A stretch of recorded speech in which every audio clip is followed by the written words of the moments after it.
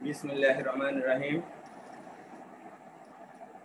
রাজবাড়ী রহমানী আলিম মাদ্রাসার পক্ষ থেকে আমি মোহাম্মদ শফিকুল ইসলাম, প্রভাষক বাংলা, তোমাদের সবাইকে জানাই শুভেচ্ছা। আশা করি ভালো আছো, আমিও ভালো আছি।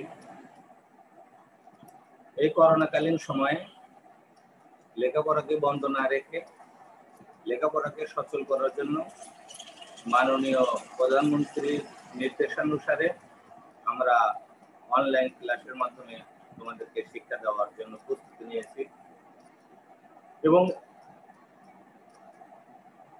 তোমাদের ধারাবাহিকভাবে অনলাইনে ক্লাসও আমি নিচ্ছি।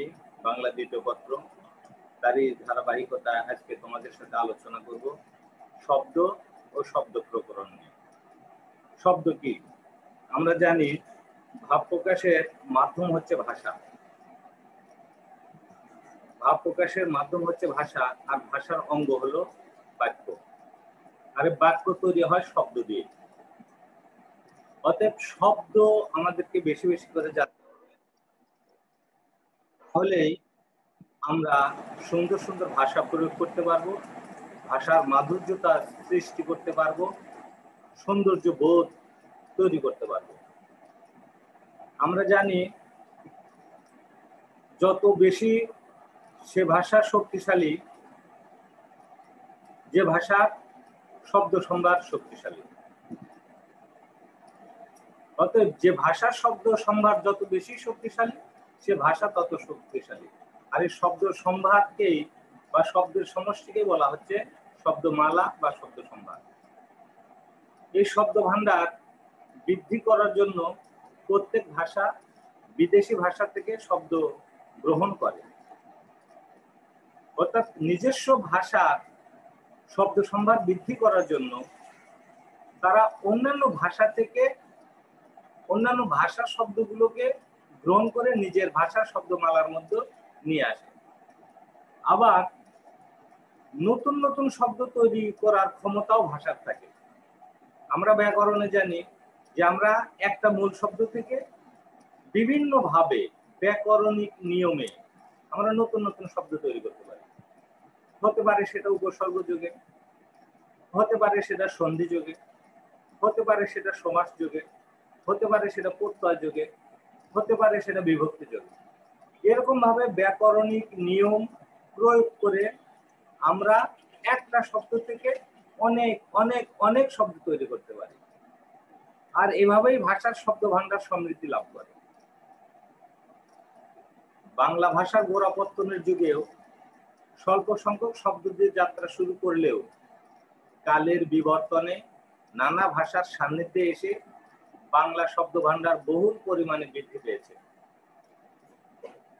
বাংলাদেশে তুর্কি, মুসলমান, দিনেমার, ইংরেজদের আগমনের ফলে তাদের নিজস্ব সাহিত্য সংস্কৃতির বহু শব্দ বাংলা ভাষায় প্রবেশ করেছে। বাংলা ভাষা ওই সব শব্দগুলোকে নিজের করে নিয়ে বাংলা ভাষার শব্দ ভান্ডার সমৃদ্ধি করেছে। এছাড়া আমি আগেও বলেছি, শুধু বিদেশিদের ভাষা দিয়েই আমরা আমাদের বাংলা ভাষার শব্দ সম্ভার বৃদ্ধি করিনি। আমাদের ব্যাকরণিক নিয়মেও আমরা মূল শব্দ থেকে অনেক ভাষা তৈরি করেছি, অনেক শব্দ তৈরি করেছি। যেমন ধরো একটি শব্দ হাত, হাত একটা মূল শব্দ বা মৌলিক শব্দ বা শব্দ মূল, আমরা যেভাবে বলি। এই হাতকে আমরা দেখো বিভক্তি যুক্ত করি, হাত যোগ অল, হাতল, বা হাত যোগ ল, হাতল। আবার বিভক্তি যুক্ত করি হাত যোগ কে, হাতকে। দেখো আমরা ভোটের সময় বলি যে অমুক মার্কায় ভোট দিয়ে নেত্রীর হাতকে শক্তিশালী করো, অথবা হাতে, হাত দ্বারা। এভাবে আমরা অনেক শব্দ তৈরি করতে পারি একটা মূল শব্দ থেকে। আর এভাবেই নতুন নতুন শব্দ তৈরির মধ্যে দিয়েই একটা ভাষা শব্দ সম্ভার বৃদ্ধি হয় এবং ভাষা শক্তিশালী হয়ে ওঠে। তাহলে এখন আমাদের জানা দরকার শব্দটা কি। আমি প্রথমে বলেছি ভাব প্রকাশের বাহন হলো ভাষা, আর ভাষার অঙ্গ হলো বাক্য, আর বাক্য তৈরি হয় একাধিক শব্দ দ্বারা। তাহলে শব্দটা কি? শব্দ হলো এক বা একাধিক বর্ণ বা ধ্বনি পাশাপাশি বসে যখন একটি পূর্ণ অর্থ প্রকাশ করে তখন তাকে শব্দ বলে। এক বা একাধিক বর্ণ বা ধ্বনি পাশাপাশি বসে যখন একটি পূর্ণ অর্থ প্রকাশ করে তখন তাকে শব্দ বলে। এখন প্রথমত আমরা শব্দ বলতে মনে করি যে তার প্রতিশব্দ হবে সাউন্ড, এটা আমরা মনে করি। তাহলে বাতাসের একটা শব্দ, সেটাও শব্দ। তুমি একটা তোমার হোয়াইট বোর্ডের উপরে এভাবে আঙ্গুলে টোকা দিলে সেখানেও একটা শব্দের উৎপত্তি হবে। পানি যে প্রবাহিত হয় তারও একটা শব্দ হবে, এগুলোও শব্দ, কিন্তু এগুলোর প্রতিশব্দ হলো সাউন্ড। আমরা ব্যাকরণে যাকে শব্দ বলি এই শব্দগুলো কিন্তু সেগুলো নয়। আমরা ব্যাকরণে বা ব্যাকরণিক নিয়ম অনুযায়ী যাকে আমরা শব্দ বলি তার ইংরেজি প্রতিশব্দ হলো ওয়ার্ড। অর্থাৎ শুধু শব্দ হলেই হবে না, তার একটা অর্থ থাকতে হবে। যতক্ষণ পর্যন্ত না অর্থবোধক হয় ততক্ষণ পর্যন্ত তাকে শব্দ বলা যাবে না। এই জন্য বলা হচ্ছে এক বা একাধিক বর্ণ বা ধ্বনি যদি পাশাপাশি বসে একটি পূর্ণ অর্থ প্রকাশ করে তখনই তাকে বলা হচ্ছে শব্দ। তোমরা এখানে দেখো ক প্লাস ল প্লাস ম, এই তিনটা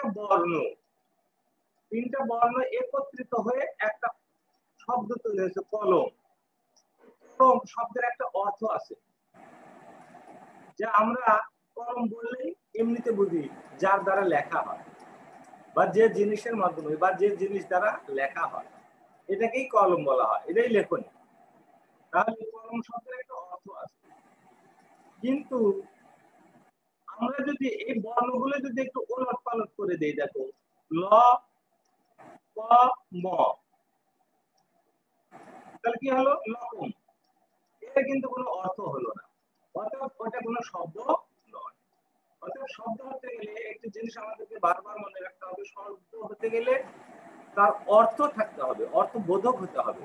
অর্থাৎ আমরা শুধু একটার পর একটা বর্ণ সাজালেই যে সেটা শব্দ হবে তা নয়। একটার পর একটা বর্ণ সাজানোর পর যখন তাদের সমষ্টিতে একটা অর্থ প্রকাশ করে তখনই তাকে বলা হচ্ছে শব্দ। ডক্টর মোহাম্মদ শহীদুল্লাহর মতে অর্থ বিশিষ্ট ধ্বনি বা ধ্বনির সমষ্টিকেই শব্দ বলে। ডক্টর মোহাম্মদ শহীদুল্লাহকে আমরা জানি তিনি বিশিষ্ট ভাষা বিজ্ঞানী ছিলেন, ভাষার পণ্ডিত ছিলেন, 18 ভাষার পণ্ডিত ছিলেন তিনি। 18টি ভাষা তার আয়ত্তে ছিল এবং তিনি বাংলা ভাষাকে নিয়ে, বাংলা ভাষা জন্ম নিয়েও তিনি গবেষণা করেছেন। এই জন্য তাকে বলা হয় ভাষা বিজ্ঞানী। তিনি বাংলা শব্দের সংজ্ঞা দিতে বলেছেন কি, অর্থ বিশিষ্ট ধ্বনি বা ধ্বনির সমষ্টিকে বলে শব্দ। এখন আমরা আলোচনা করব যে উৎপত্তি অনুসারে শব্দ কত প্রকার। আসলে আমরা তো প্রথমে বলে আসলাম যে প্রত্যেকটা ভাষা তার শব্দ ভান্ডার বৃদ্ধি করে বা সমৃদ্ধি লাভ করে, কিছু ব্যাকরণের নিয়ম অনুসরণ করে, আবার কিছু বৈদেশিক ভাষা নিজের ভাষার মধ্যে নিয়ে এসে আয়ত্ত করে নিজের ভাষা হিসেবে তারা চালিয়ে দেয়। এভাবেই একটি ভাষা তার শব্দমালা সমৃদ্ধ করে। যেমন আমরা দেখব যে আমাদের বাংলা ভাষা কিভাবে সমৃদ্ধি লাভ করেছে।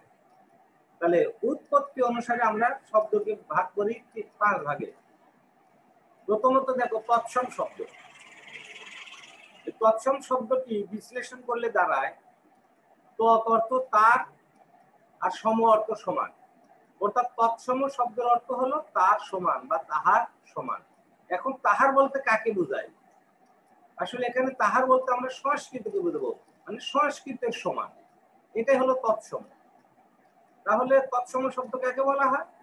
যে সকল শব্দ সংস্কৃতেও যে রূপে ছিল, বাংলাতেও কোনো প্রকার বিকৃত না হয়ে বা কোনো রকম পরিবর্তন না হয়ে, পরিবর্ধন না হয়ে, কোনো রূপ পরিবর্তন না করে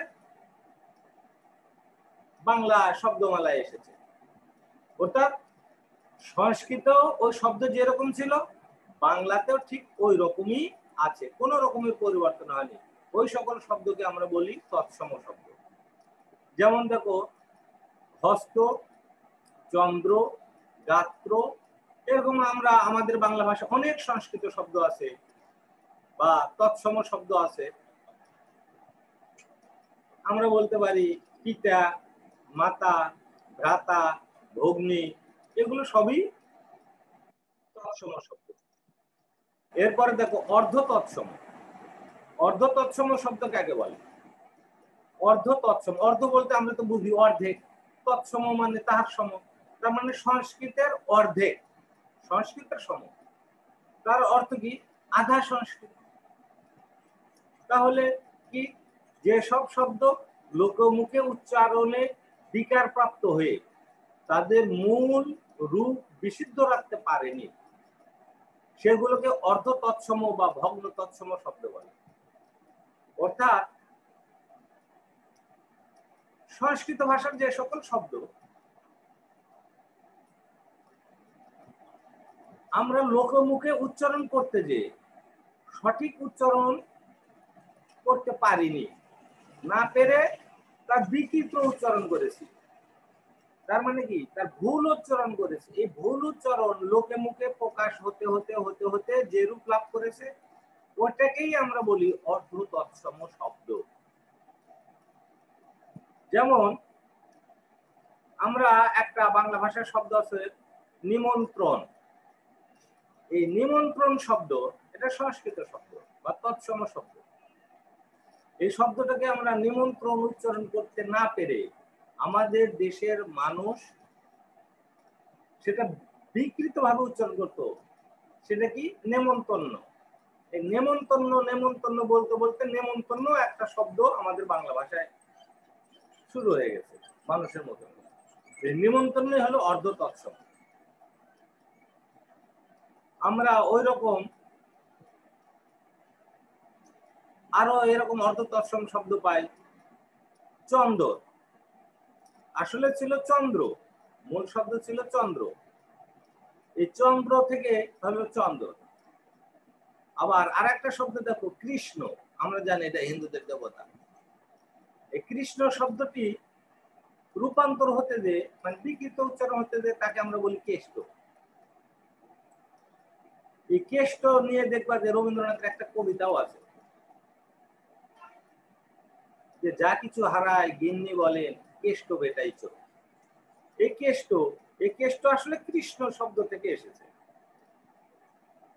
আবার আমরা বলি বগুড়ার দই, এই দই শব্দটাও আসছিল মানে সংস্কৃত দধি শব্দ থেকে। দধি শব্দ থেকে বিকার প্রাপ্ত হয়ে সেটা হয়েছে দই। এভাবেই সংস্কৃত শব্দ থেকে যে সকল শব্দ কিছুটা বিকার প্রাপ্ত হয়ে মানে লোকমুখে উচ্চারণ করতে যে সঠিক উচ্চারণ করতে না পেরে আমরা এগুলোর ভুল উচ্চারণ করে থাকি, এটাই হলো অর্ধ তৎসম শব্দ। তারপরে দেখো তদ্ভব। তদ্ভব তাহা থেকে উদ্ভব। তাহা থেকে উদ্ভব মানে কি, সংস্কৃত থেকে বা অন্য ভাষা থেকে যার উদ্ভব হইতে বিভিন্ন রকমের পরিবর্তন হয়ে আকার পরিবর্তন করতে করতে সংস্কৃত, তারপরে ধরো পালি ভাষা, প্রাকৃত ভাষা অপভ্রংশ হয়ে বিভিন্ন রকমের পরিবর্তনের ভিতর দিয়ে বাংলা ভাষায় যে ভাষাগুলো রূপ লাভ করে তাদেরকে বলা হচ্ছে আসলে তদ্ভব শব্দ। এই মূল শব্দটা ছিল বৈদিক শব্দ বা সংস্কৃত ভাষার পরিবর্তিত রূপ প্রাকৃত ভাষা। এই প্রাকৃত ভাষার রূপ ধারণ করে। এই প্রাকৃত ভিতর দিয়ে আসলো কি অপভ্রংশে, অপভ্রংশ স্তরের ভিতর দিয়ে ক্রম পরিবর্তন হতে হতে হতে হতে বাংলা ভাষায় যে শব্দগুলো এসেছে এই শব্দগুলোকে বলা হচ্ছে তদ্ভব শব্দ। তার অর্থ কি? আমরা এর আগে দেখে আসলাম যে সংস্কৃত শব্দ কোন রকমের পরিবর্তন না হয়ে বাংলা ভাষায় এসেছে, ওগুলোকে আমরা বললাম যে তৎসম শব্দ। আবার কিছু শব্দ আমরা সঠিক উচ্চারণ করতে না পারার কারণে, আমাদের মুখে মুখে তার বিকারগ্রস্ত হওয়ার কারণে বা বিকৃত রূপ লাভ করার কারণে যে শব্দগুলো এসেছে, ওগুলোকে আমরা বললাম অর্ধ তৎসম। আর তদ্ভব হলো যে সংস্কৃত ভাষার শব্দ বা বৈদিক ভাষার শব্দগুলো প্রাকৃত অপভ্রংশ হয়ে বিভিন্ন ভাষার মধ্যে দিয়ে রূপ লাভ করতে করতে করতে করতে পরিবর্তন হতে হতে বাংলা ভাষায় এসেছে। এই সকল শব্দকে আমরা বলতেছি বা বলছি তদ্ভব শব্দ। যেমন হস্ত শব্দের প্রাকৃত রূপ ছিল হতু, তাহলে সংস্কৃত ছিল হস্ত, প্রাকৃতিতে সে হলো হতু, তা থেকে পরিবর্তন হয়ে বাংলায় এসেছিল হাত। তাহলে হস্ত হতু বা হত্থ, আবার হত্থ অ, তারপরে এসে হলো হাত। এই যে পরিবর্তন, এই পরিবর্তন হতে হতে হতে হতে আজকের যে বাংলা ভাষার রূপ লাভ করেছে, এগুলোকে বলা হচ্ছে তদ্ভব। চন্দ্র হতে চন্দ্র, হতে চাঁদ, এভাবে পরিবর্তন হচ্ছে। আচ্ছা, এরপরে আসো দেশি শব্দ। যে সকল শব্দ এ দেশের অনার্য কোন দ্রাবিড় ভাষা থেকে এসেছে, এসে বাংলা ভাষায় স্থান লাভ করেছে, সেগুলোকে দেশি শব্দ বলা হয়। বা এদেশের জন্মলগ্ন থেকে যে সকল শব্দ এদেশের মানুষের মুখে মুখে প্রকাশ পেত, ওই সকল শব্দকে বলা হচ্ছে দেশি শব্দ। যেমন কয়লা, তুলা, খবর, খুকি, খোপা, ঝাঁটা, ঢেকি, এই ধরনের শব্দ এই অনার্যদের মুখে মুখে প্রকাশ হতো, অথবা কোল বা দ্রাবিড় গোষ্ঠীর ভাষা থেকে এই সকল শব্দগুলো এসেছে, এগুলোকে বলা হচ্ছে দেশি শব্দ। এরপরে বিদেশি শব্দ। আমরা জানি আমাদের এই ভারতীয় উপমহাদেশে পৃথিবীর অনেক দেশ শাসন করার জন্য হোক অথবা ব্যবসা করার জন্যই হোক এই দেশে এসেছে। প্রথমত তাদের উদ্দেশ্য ছিল ব্যবসা করা, পরবর্তীতে তারা দেখে গেল যে তাদের ব্যবসার পাশাপাশি এ দেশকে নিয়ন্ত্রণে নেওয়ার চেষ্টা করেছে এবং তারা নিয়েছেও। এবং ওই তাদের ভাষাগুলো থেকে যে সকল শব্দ আমরা বাংলা ভাষায় এনেছি বা বাংলা ভাষায় স্থান লাভ করেছে, ওই সকল শব্দকে বিদেশি শব্দ বলে। যেমন এই দেশে এসেছে ওলন্দাজ, পর্তুগিজ, ডেনমার্ক, ফরাসি এবং সর্বশেষ ইংরেজরাও এদেশে আসলো এবং প্রায় 200 বছর এদেশে শাসন করে। এই যে 200 বছর এদেশে শাসন করলো, তাহলে 200 বছর এক দেশের মানুষ যখন অন্য দেশের মানুষের সাথে বসবাস করে, তাদের সাথে কথাবার্তা করে, ভাব বিনিময় প্রকাশ করে, তখন তাদের কথাগুলো এদেশের মানুষ আয়ত্ত করে নেয়। এই আয়ত্ত করে নেওয়ার পর ওই শব্দগুলো আমাদের ভাষায় প্রবেশ লাভ করে। এভাবেই আমরা বিদেশি ভাষাগুলোকে নিজের ভাষার মধ্যে আয়ত্ত করে নিয়েছি। আর একটা কথা আমি সবসময় বলে থাকি, আমাদের দেখো পেট, লিভার, অনেকে আছে দেখবা যে অল্প খাওয়ার পরও সে হজম করতে পারে না, বমি করে ফেলে। কিন্তু যার লিভার ভালো, সে দেখো অনেক খেয়েছে তারপর হজম করছে, তার পেটের কোনো সমস্যা নেই। তার মানে কি ওই লিভারটা শক্তিশালী। তেমনি আমি এই কথাটা বলে থাকি, ওই ভাষা তত বেশি শক্তিশালী যে ভাষা অন্য বা অপর দেশের ভাষাগুলোকে হজম করতে পারে, নিজের ভাষা হিসেবে চালিয়ে দিতে পারে, সেই ভাষা হয় তত শক্তিশালী। তেমনি আমাদের বাংলা ভাষার শক্তিশালী হওয়ার পিছনে এই ধরনের কিছু কারণও আছে। বিদেশি ভাষাগুলোকে আমরা আজকে আমাদের নিজের ভাষায় রূপান্তরিত করতে পেরেছি, নিজের ভাষা হিসেবে পরিচয় দিতে পারছি বা নিজের ভাষা হিসেবে চালিয়ে দিচ্ছি। যেমন আজকাল আমাদের অনেক লোকই জানে না যে চেয়ার কোন ভাষার শব্দ, অথচ আমরা মনে করি এটা বোধহয় বাংলা। অনর্গল যারা লেখাপড়া জানে না তারাও বলতেছে চেয়ার, টেবিল, স্কুল, কলেজ, মাদ্রাসা, অথচ এগুলো একটা শব্দ আমাদের দেশি শব্দ নয় বা বাংলা ভাষার শব্দ নয়, এগুলো সকল বিদেশি শব্দ। আমরা মাদ্রাসা বলি, আমরা হাট বলি, বাজার বলি, স্কুল বলি, কলেজ বলি, মাদ্রাসা বলি, সবগুলাই বিদেশি ভাষা। এই বিদেশি ভাষাগুলোকে আমরা আমাদের ভাষায় স্থান লাভ করিয়েছি, আমাদের ভাষারও অন্তর্গত করে ফেলেছি। এইভাবেই বিদেশি ভাষাগুলোকে আমরা আজকে ব্যবহার করছি বাংলা ভাষায়। তাহলে কি হলো, যে সব শব্দ বিভিন্ন বিদেশি ভাষা থেকে বাংলা ভাষায় স্থান লাভ করেছে সে সকল শব্দকে বিদেশি শব্দ বলে। এছাড়া আরো এক প্রকার শব্দ আমরা পাই, তা হলো মিশ্র শব্দ। মিশ্র মানে আমরা বুঝতেছি যে দুটাকে এক করে দেওয়া। তাহলে যেসব শব্দ তৎসম, তদ্ভব, দেশি বিদেশি প্রভৃতি বিভিন্ন প্রকারের শব্দের সংযোগে বাংলায় আর এক প্রকার শব্দ গঠিত হয়েছে, এসব শব্দকে মিশ্র শব্দ বলে।